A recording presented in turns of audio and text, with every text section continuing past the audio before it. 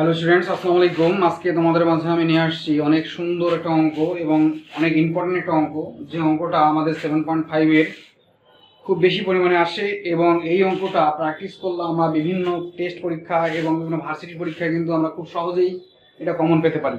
এবং এই অঙ্কটা কিন্তু অত্যন্ত সহজ একটা প্রক্রিয়া আমরা করবো আজকে।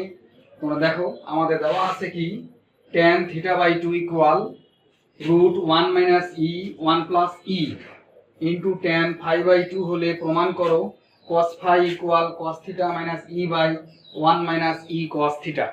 অর্থাৎ এখানে ফাই এবং থিটা এই দুইটা আছে, এই দুইটা থাকার কারণে আমাদের প্রুফটা দেখতে হবে যে এই পাশে আছে থিটা, এই পাশে আছে কি ফাই।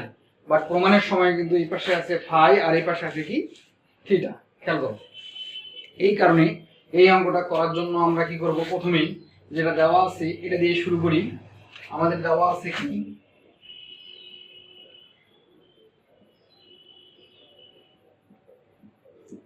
দেওয়া আছে tan θ/2 equal √1 - e1 + e into tan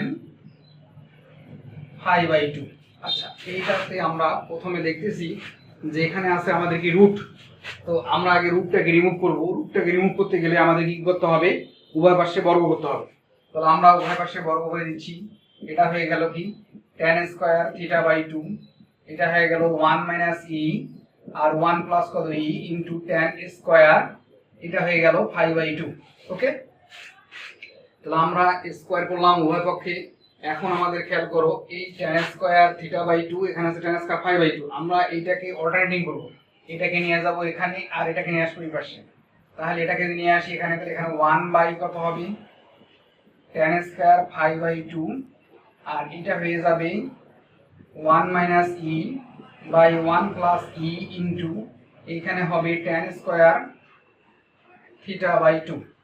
ওকে, আচ্ছা এখন যেহেতু আমাদের cos φ আছে প্রুফে, তাই cos 2θ এর সূত্র কি, cos 2a বা cos 2θ এর সূত্র হলো 1 - tan স্কয়ার θ/1 + tan স্কয়ার θ।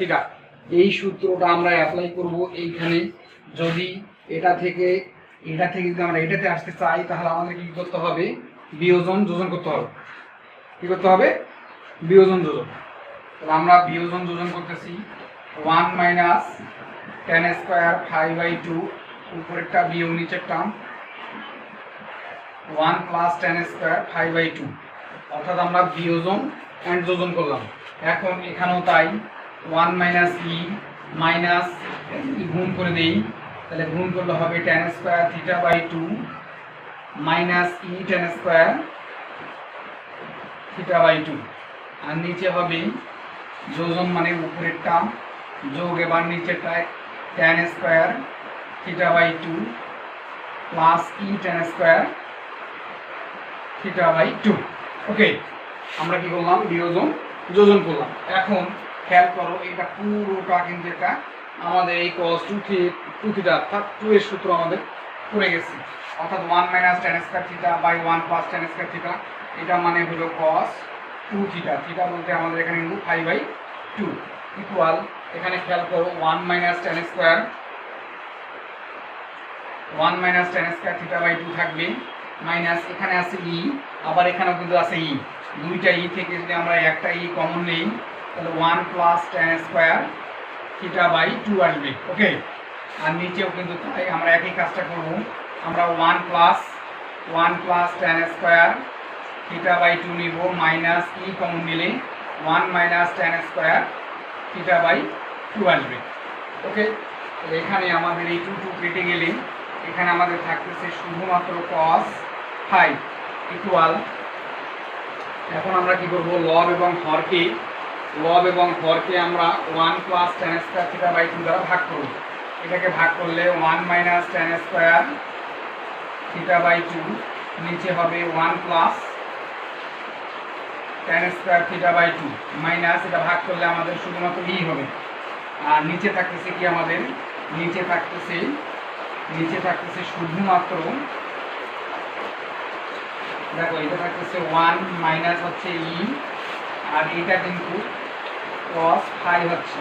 ওকে, cos φ আর এখানে হচ্ছে 1 - e into 1 minus tan square theta by 2 আর নিচে হবে 1 প্লাস নিচে হবে কি 1 plus tan square theta by 2। Okay, তাহলে খেয়াল করো এইখানে কিন্তু আমাদের একটা সূত্র পড়ে গেছে, এইখানেও কিন্তু একটা সূত্র পড়ে গেছে। তো আমাদের যদি দুই জায়গায় সূত্র পড়ে তাহলে অবভিয়াসলি আমরা কি করব, ইমপ্লাইজ এখানে cos phi ইকুয়াল হবে এটা হলো cos 2 থিটা, অর্থাৎ এখানে হবে শুধুমাত্র cos থিটা মাইনাস হবে কত e আর নিচে হবে কত 1